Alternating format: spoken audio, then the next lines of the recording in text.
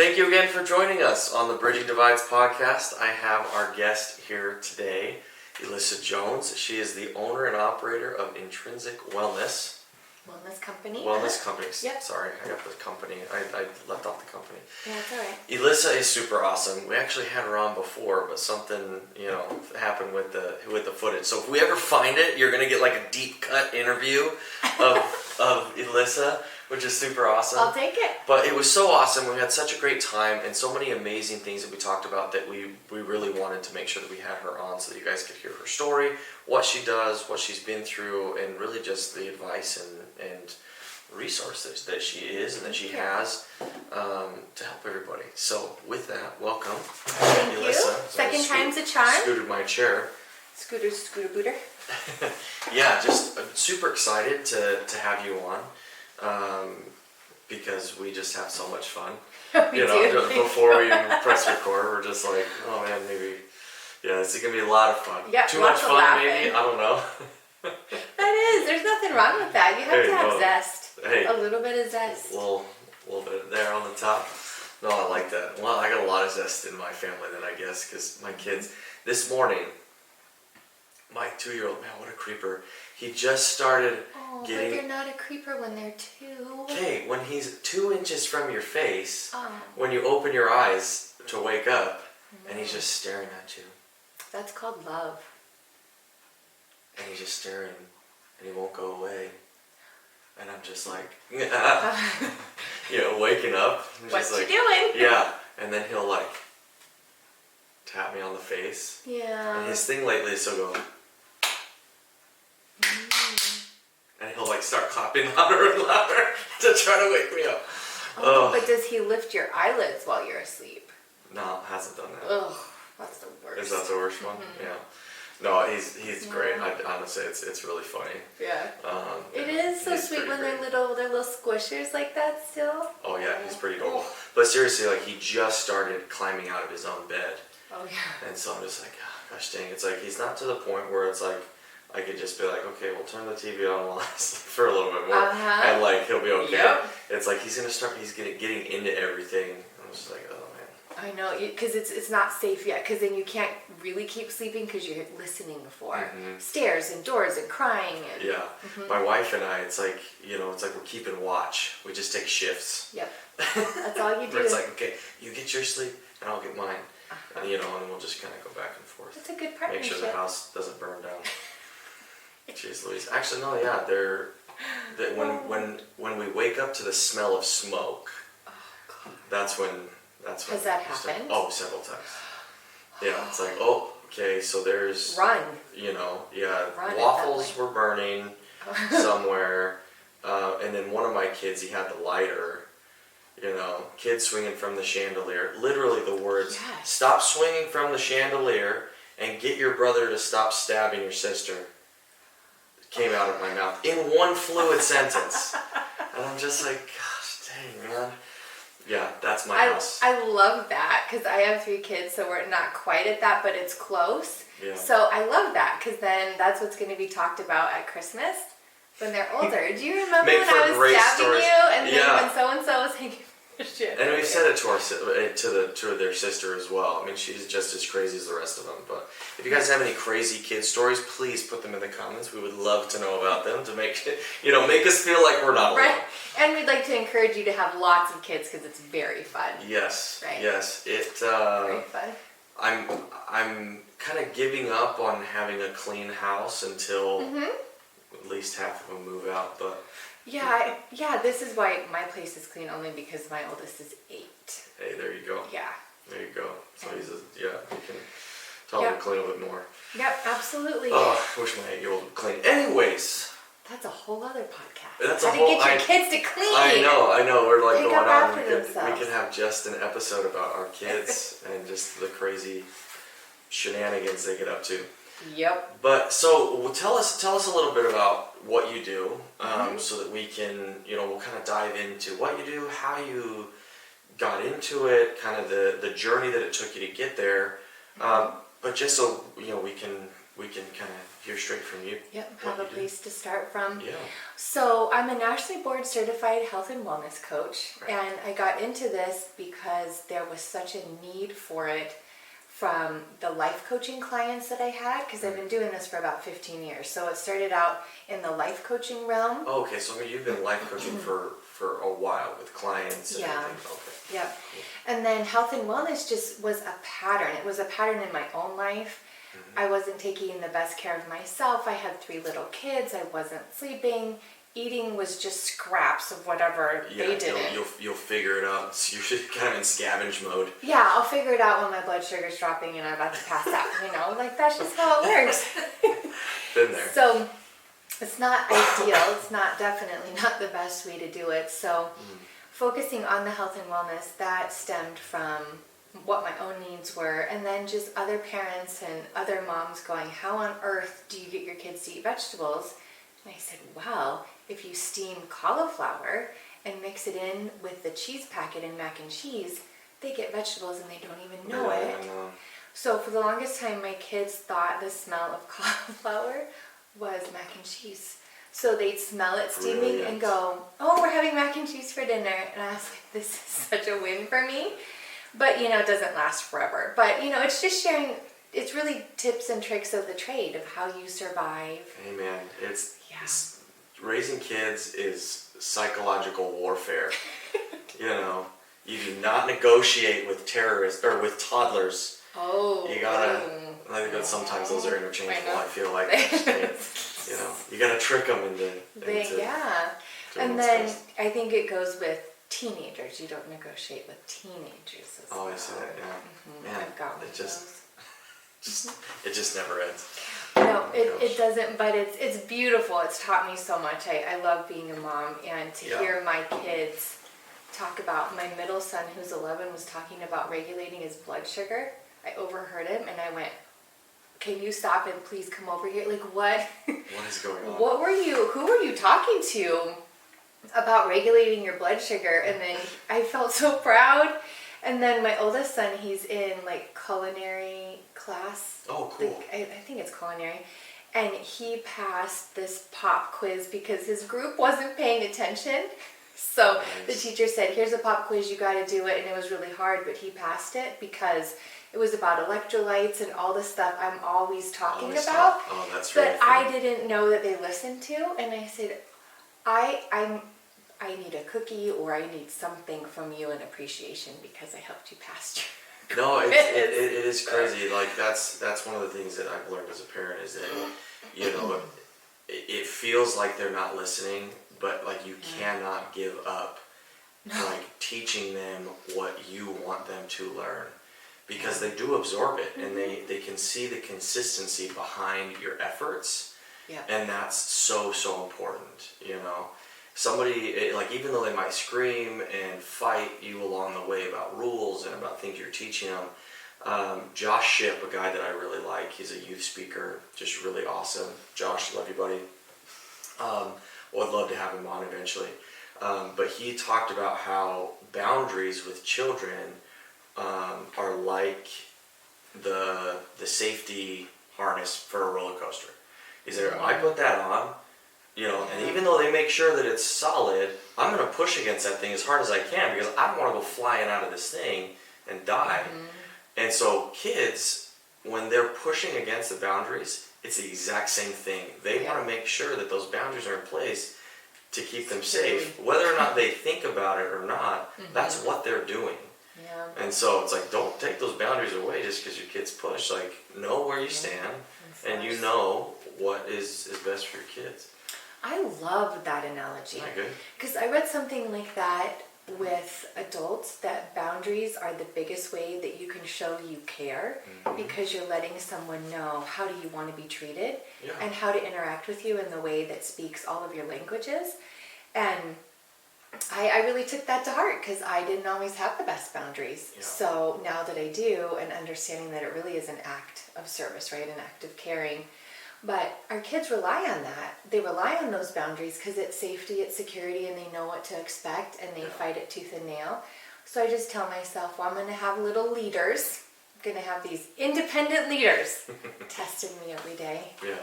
I don't ignore my children. I'm raising independent children. Are you saying I ignore them? No, I do. Oh. I mean, I hear you. I do wait to hear mom 3 or 4 times before I respond, because I've learned that if I don't respond, or if I'm hiding someplace, then they'll ask each other and they'll solve it. hey, there you go. You're hiding in the pantry. Yeah, with the chocolate. It's so funny. Have I done that? I don't want to share, and then Maybe. I have it on my face. Like, what were you doing? Nothing. Nothing at all. Yeah. Anyways, yeah. So back to your journey, how you kind of got your... Yeah, so... Kids were a big influence. I mean, Yep. kind of to your point. Yeah, definitely kids. And also learning and remembering they are growing, and they're growing so fast, and I wanted to give them nourishing foods, organic foods, you know, to the best of your ability. I know it's expensive and you can't always do it, but I just try to tell people, think about what's going to nourish your body. Right. So to start there. So I love health and wellness. It's definitely a hobby of mine. And so when I got divorced, I thought, okay, what can I do to provide for my family being a single mom, where I can still be around for my kids if they're sick or holidays or, you know, whatever they throw at me. Plus, I love to be an entrepreneur. It's definitely more of my gig.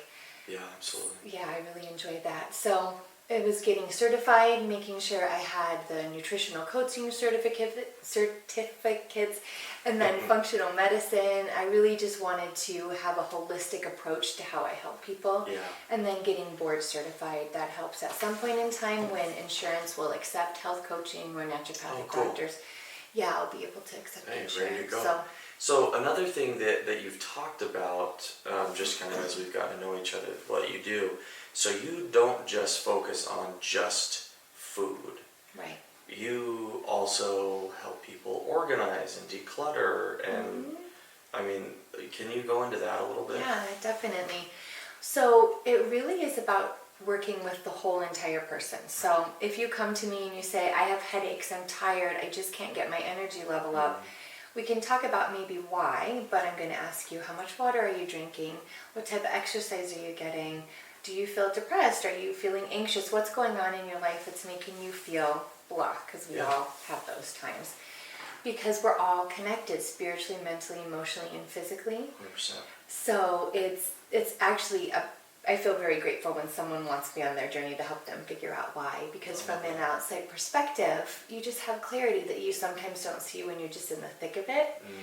So that's why I hike with my clients. I do cold water plunges. Oof. Yeah, I just did one of those. You guys saw. You did? You guys saw that? Yeah, I put up a video of a very embarrassing reaction of me. So was it falling into a pool? No, or was it was intentional? it was voluntary. Okay. It was voluntary. It was with Genesis. I don't know if you've heard of them, but they're a mental health organization, and so they had a polar plunge, and so to raise awareness and everything. It's like 44 degrees. Yeah, Whew. that's good. I'll do it with you next time. Froze my butt off. Okay, yeah, Yeah. we'll let you know. Well, we're gonna put out, make sure that we put out some information when they do it again. But. Yeah, I also do that, but I love it. So I don't know if it counts as much of a challenge. Oh yeah, there's a guy that was there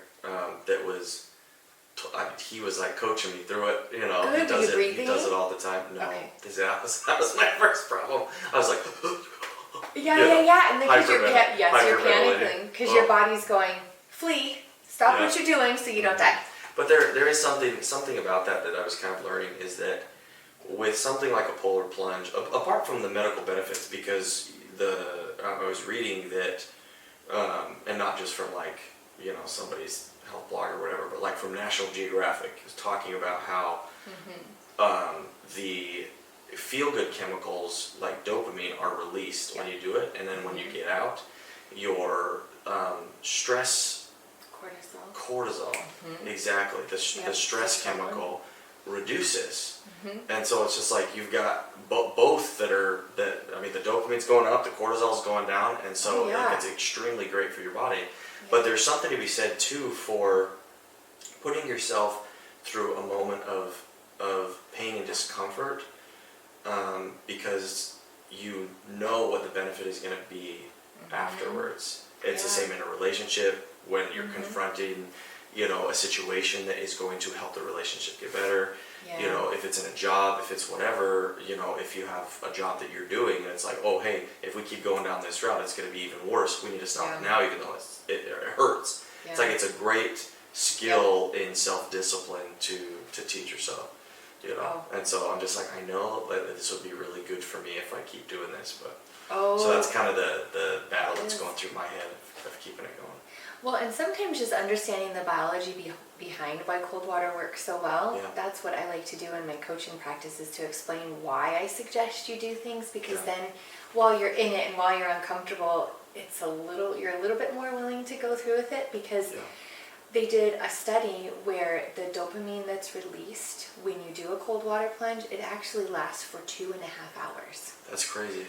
So you have serotonin, norepinephrine, and you have dopamine, which are being released. So it's incredibly grounding right when you get in the water and when you calm down. Yeah. And then it does reduce cortisol, which then in turn reduces inflammation. It helps convert white fat to brown fat, so it's great for weight loss. I heard about that. Yeah. That's wild. Yeah. That is wild. If you So guys have many ever benefits. done a polar plunge, let us know. And what your experiences were. If you guys have, if it's been beneficial to you or not. Yeah, it's great. I recommend everyone try it. So doing the hiking, doing the cold water plunges, and then I also help people declutter and organize their space. Yeah. Because you cannot feel calm and relaxed in your brain if you come home and there isn't a calming and relaxing environment to be in. So not only familiar with that.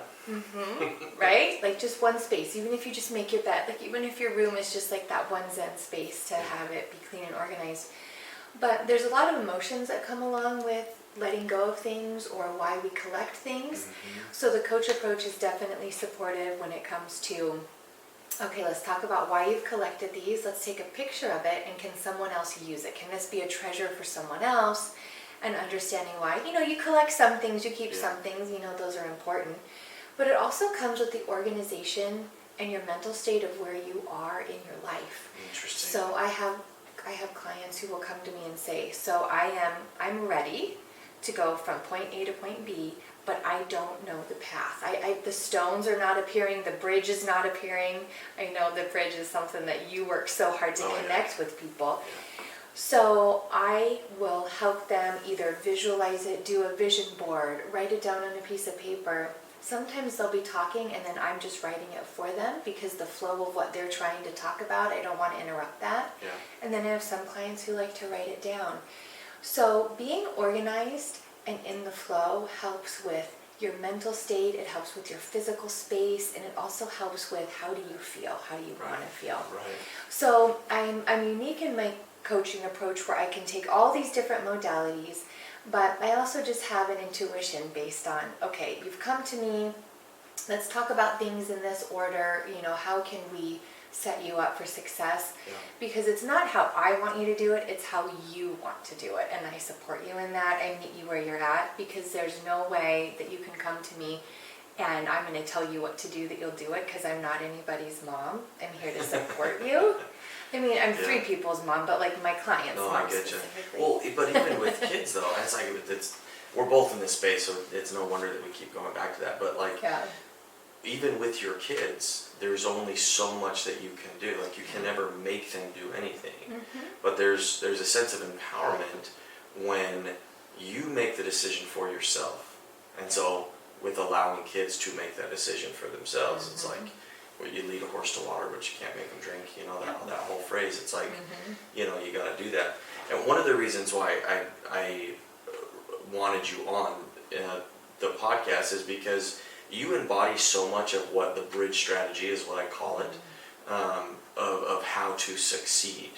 If it's in a relationship, if it's in a job, if it's in an entrepreneurship, whatever it is, there's the blueprint is the number one. They've got 5 building blocks. Number 1 is blueprint. It's all about the what, why, and how you're going to accomplish what you want to accomplish, right? You got to have it out, something that you go back to throughout the entire process. Guide? What's your guide?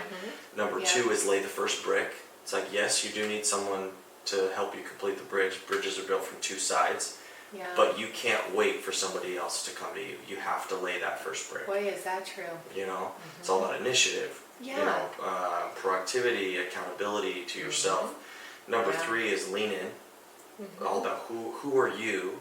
What are your strengths that are going to make you uniquely successful? And look at your life through the strength lens, not through a weakness lens. Yeah. Because so often we look at ourselves and go, oh man, I suck at this, I suck at this, I suck at this. Yeah. And if you look hard enough, you can find a strength.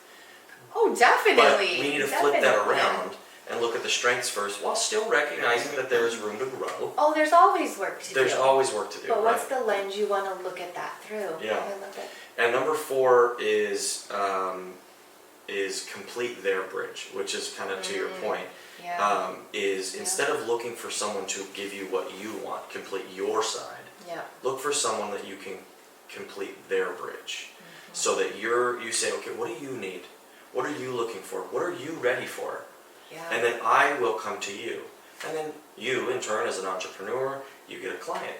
You, as someone who's trying to create a connection with someone and get fulfillment from helping someone, you now have that, and you get that back once that bridge is completed. Number 5 is reinforcing our view. Mistakes are part of the process. Yeah. They're not to be avoided. They're to be leaned into and learned from. 100%. It's I think failure is almost the most important part of it. 100%. And I don't think that's taught enough, because it's all about perfection, not progress. Thank you. Progress. I've been saying that, and this is one of those things that's from our perfection. deep cuts. Like that I've been saying that. I'm like, where did I hear that? And it had to have been from you. Yeah, progress, not perfection. I love that. Yeah, Seriously, yeah. I love that so much, because it's like perfection, right? That's the goal. I don't like that's always like that's like the ideal that is always there. And sure, you want to shoot for that, but we need to remember that we are imperfect people. So as long as we are taking steps towards that, then we're doing the right thing. 100%. And that can look different daily.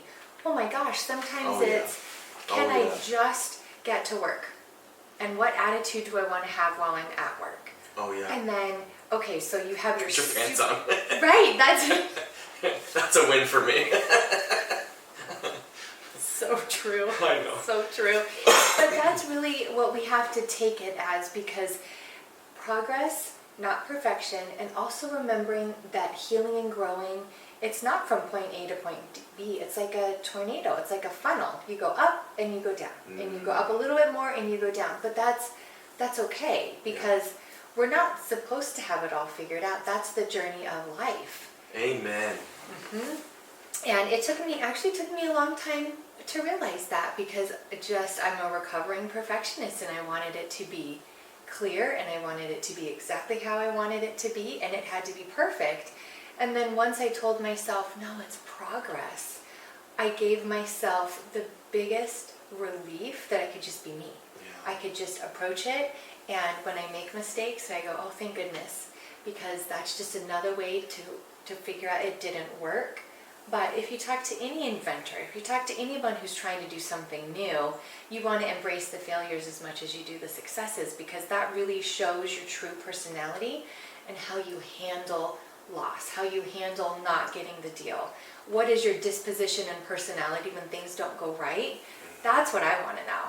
It's like it shows your character. Yep. 100%. Like who you are deep down when everything's stripped away.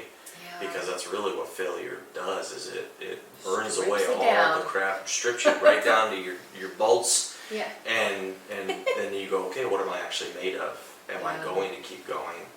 Even though, man, this sucks. It doesn't feel good. Oh gosh, it's so uncomfortable. You know, so like there's C.S. Lewis. Have you read the Chronicles of Narnia? Oh, have you read all those books? Yeah. So yeah. it's yeah, they're great. I love them because I love the parallels that they have to life. And also as a Christian, you know, kind of the parallels there. But in one of the stories, Voyage of the Dawn Treader, Eustace, he gets turned into a dragon because he's greedy and he takes a piece of treasure, right? So Aslan, the lion, is helping him, like, essentially improve and get back to who he wants to be. And he's like, okay, in order to do that, you need to go in that lake and you need to just try to shed it all off and scrub it. So he goes and he does it for the first time. He comes back and goes, here I am. I did it. I did my best. And he's like, no, you didn't. That's one layer. He's just like, go back, do it again.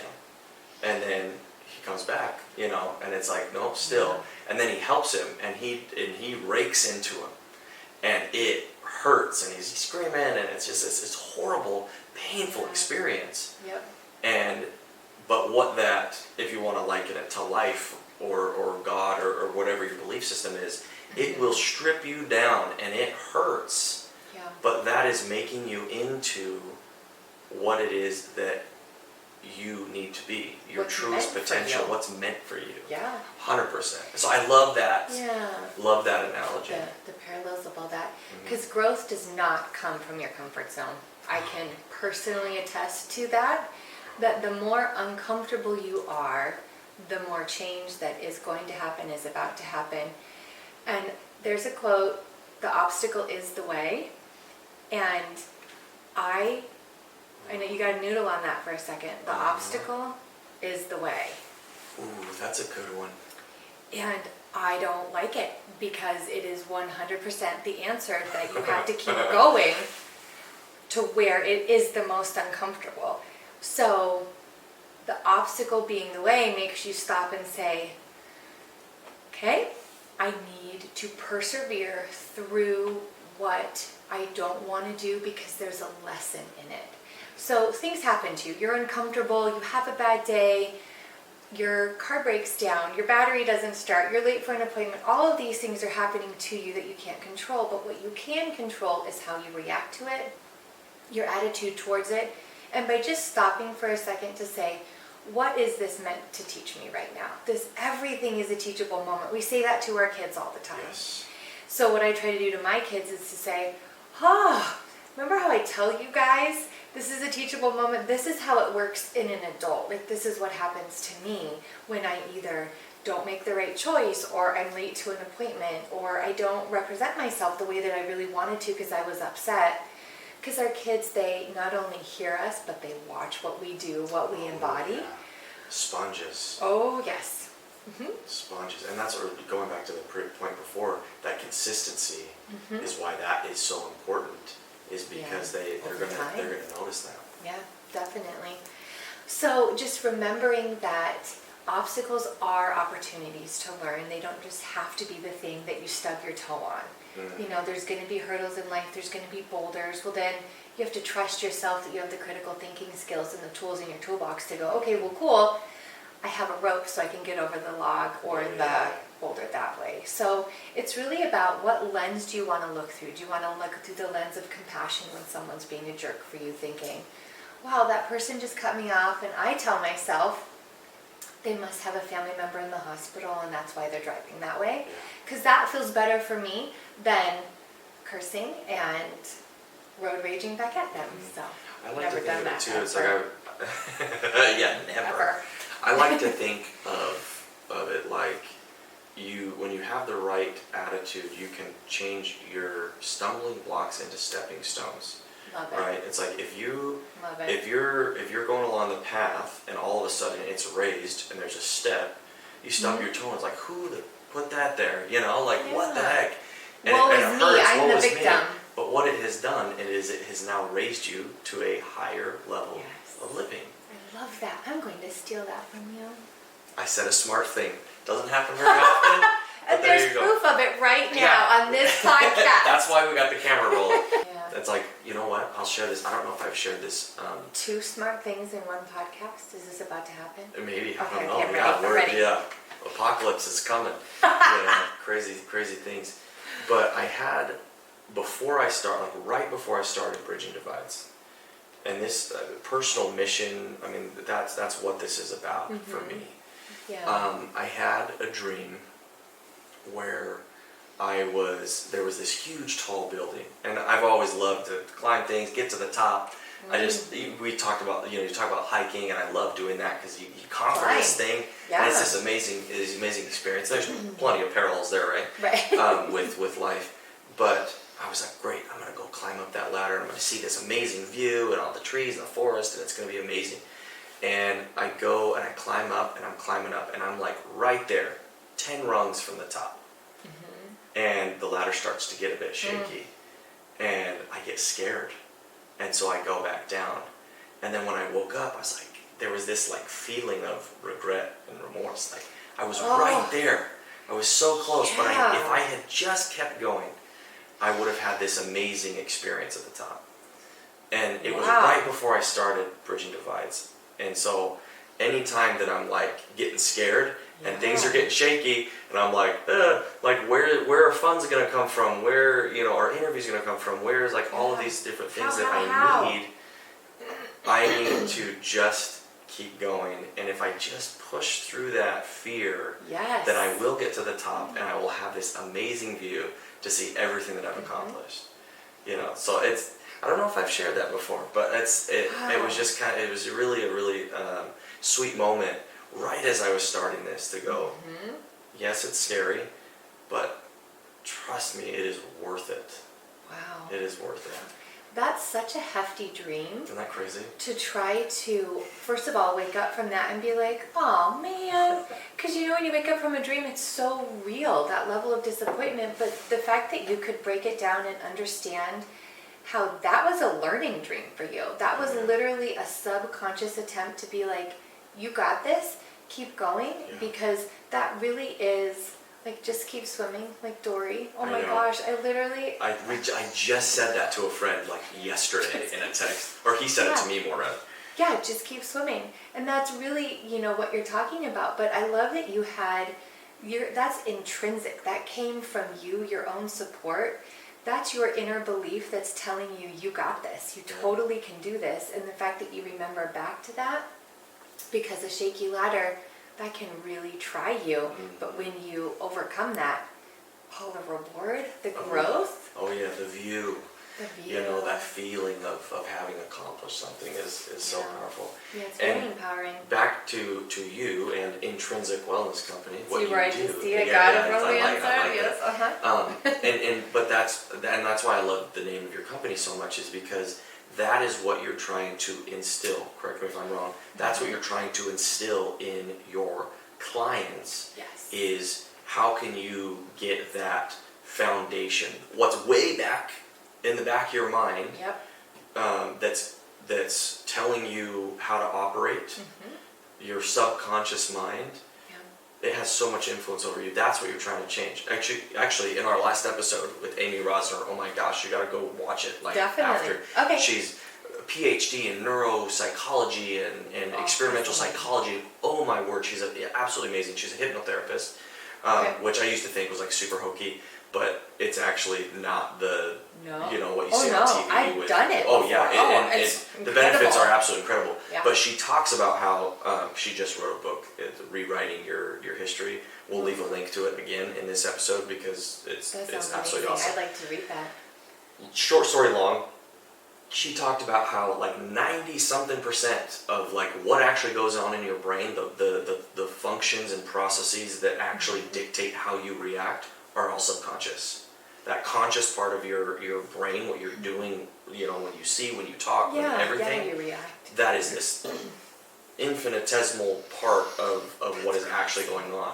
And so if you truly want to change, you gotta scrub away all that crap that's holding you back, the things that you've repressed, the trauma that you've had. That's why it's so important for people like you, people like Amy, anybody in that, the mental health space, to help you through that, so that you can change what is intrinsic about you, what is deep down there, what's deep in that subconscious, so that you can have true and lasting change. 100%, because if it's extrinsic, I think that's the right way to say it. Yeah, okay. Well, so anyway, it works. If it sounds smart to me. So funny. If it comes from outside of you, we'll go with that range. Yeah. If it comes from outside of you, like someone is telling you to do this, or you feel motivated because somebody else is like, oh, I see that over there and I want to be like them, that's not going to get you very far. It's the intrinsic part of it that says, okay, I want to do better for me. I want to eat better for me. I want to work out more for me. Yeah. So when you are tested and you're at a buffet or you don't want to work out, you're literally finding that guidance from within you to actually make those changes. and they last longer. And when you work with a coach, I don't work with you forever. I work with you for 3 to 6 months because I want to teach you. I want to work together so you have that intrinsic drive. You learn the tools, we come up with a plan, and then you are out living your best life in the world. And then you might want to come back, 6 to 9 months later to just do a check-in or say, hey, I have these new sets of goals. But the goal is for me to be your coach on the side while you are living your life, and then intermittently help when needed. But I really want to see my clients' success and really go on and doing what they're meant to do, because we all need help. Yeah. We all need assistance. We can't do it alone. And it's like, if you've done your job right, then they won't need you, or that you've now accomplished your goal. Yep. There's only so much that you can do to help another person. Obviously, like they have, the balls in their court, so to speak. Yeah. They got to make a choice, but you don't. I would imagine that you don't want to have them constantly there to be working on the same thing. No, that means I'm not doing my job very well. It's like with parenting, or with your employees. It's like you want to give them what they need, principles and tools and resources, and then they can accomplish what they need to accomplish on their own. Definitely. I love that. I absolutely love that. Well, I tell my kids, my goal is to raise you so you don't live with me forever, because you need to go out into the world. And, 40 years old. And I have travel plans, so we're working on this joint goal. I love that. I need you out of here. You're 10 years old. Right. It's about time you got a job and. No, is that not? The kids. Oh, dang it! I was hoping that would be okay. My kid's about to turn 10. Oh, maybe another year. Yeah. Okay. Yeah. All right. We'll kick him out then. But so we're kind of getting to the end of our time here, and just to kind of land the plane, you had talked about previously or there's a couple things I kind of want to go over, and when we had talked before, you had mentioned an acronym to help you get through when times are tough, to help you get through those difficult times. And this does connect to our last segment, Positivity Prizefighter. And we'll kind of go over that, and you can kind of lump them in together, since you know what the Positivity Prizefighter moments are. Can you go over that acronym, and then maybe a Positivity Prizefighter moment for you where you've used that tool to get through that? Oh, that's an awesome connecting point, because I was thinking about what I wanted to share about that positive moment. So the acronym is ALL. When you acknowledge how you're feeling, you lean into those feelings, and then you let it go. ALL. Because so much comes up, and then if the response is to just, oh no, I don't want to feel it, or it's just too much, or it's too heavy, it just keeps going down and getting suppressed, and it doesn't ever get the chance to come up and work out and then let it go, so you don't have to carry that weight around anymore. So when you acknowledge the thoughts and feelings that come up that are uncomfortable, you lean into it, because what you resist persists. So if you just lean into it and go, it just doesn't feel so good right now, but it doesn't last forever. So you lean into it and then you let it go. That, what you just said, is my definition of positivity, is the mentality that it will not last forever. It won't. When you are going through a hard time, it will not last forever. That is what positivity is in my mind. Sometimes it sucks, and the smile is a grimace as you're gritting your teeth, leaning into that storm, but knowing that it won't last forever. So can you tell us about a time when you've used that? So I was hiking the Grand Canyon, and I was determined to hike rim to rim to rim. Jeez. Because I've already done rim Crazy to rim. woman. I know, that's why no one does it with me, because they don't want to do what I do, because it's 52 miles in 24 hours. Whoa. Yeah. And I had been working up to it. I had hiked the canyon 3 other times rim to rim, and I started it the hard way. There's 2 ways to do rim to rim, the easy way and the hard way, and of course I picked the hard way, because that's just what I used to do. So I approached it. It's hard for me, because it's the only hike that I've never been able to accomplish, and it drives me crazy. But anyway, so I get 14 and a half miles down, to the Colorado River, and then I hike about 1.5 miles up, and I realize I am not going to have the energy. My body, I can't go up the Bright Angel side to the South Rim and then go back the 22 miles. So it made me stop and think, why am I even doing this in the first place? Because I am running from things that I don't want to acknowledge. I have issues that I don't want to work through. I have trauma that's coming up, and I'm not listening to my own acronyms of anything. And my thought process was, what's the hardest thing I can possibly do to avoid the hard work that I don't want to do in here? And that was rim to rim to rim of the Grand Canyon. Interesting. This is how I come to my realizations. They're not just like on a nature walk. They're in the middle of the Grand Canyon. To what we were saying before is that's what obstacles can do for you. Oh, yeah. Yep. So I had to put my ego aside. I had to say that... that's a hard one. Yeah, this is a failure, right? In my mind, it was a failure. I didn't accomplish my goal. You didn't complete the hike. I didn't complete it. So now I have to hike 16 miles back to my car.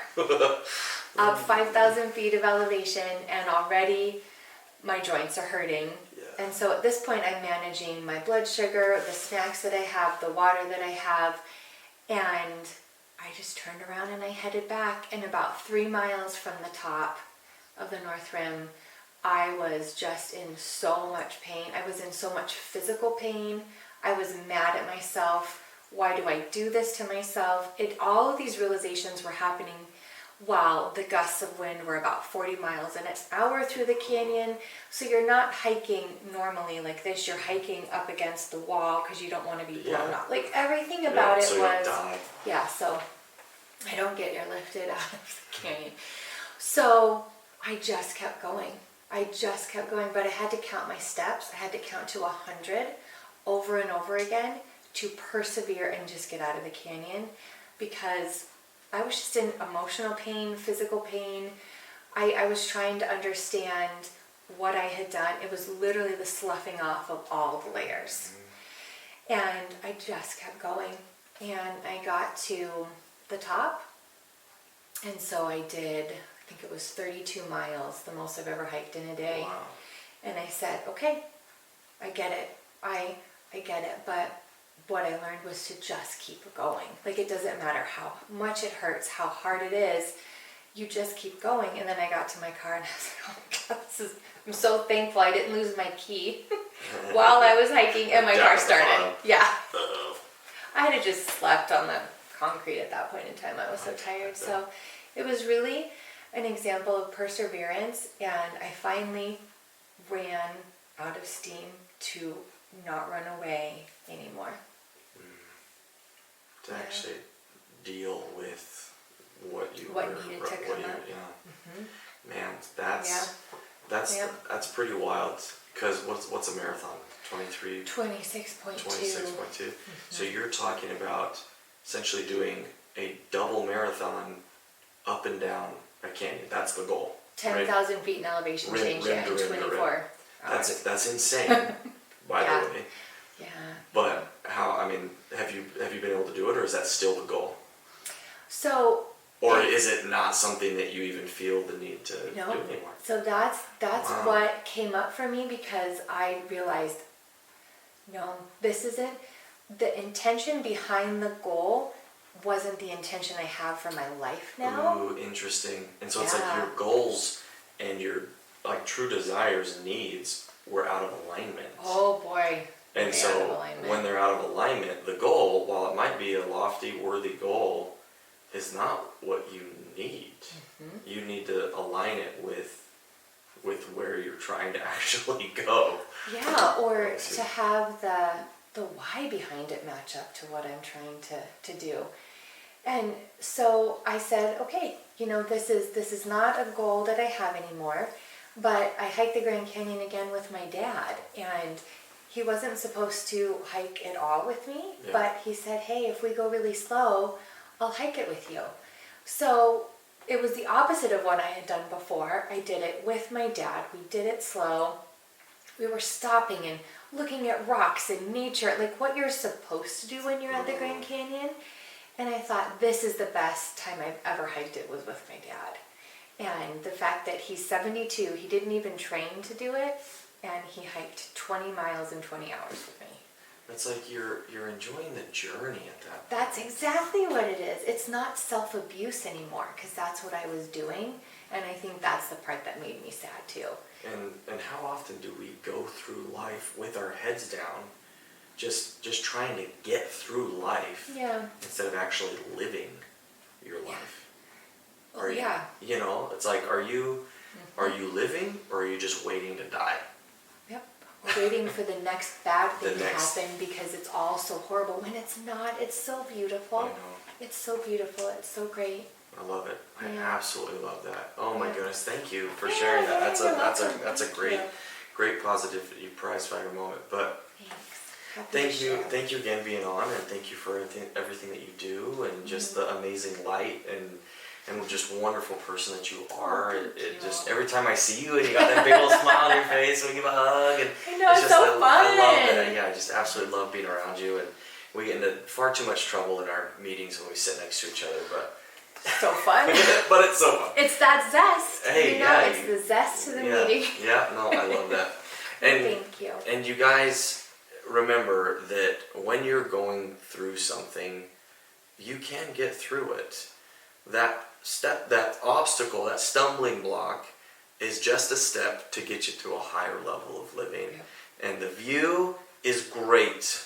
You'll look back one day after getting through all this stuff and go, oh my goodness, I didn't know that I had that in me.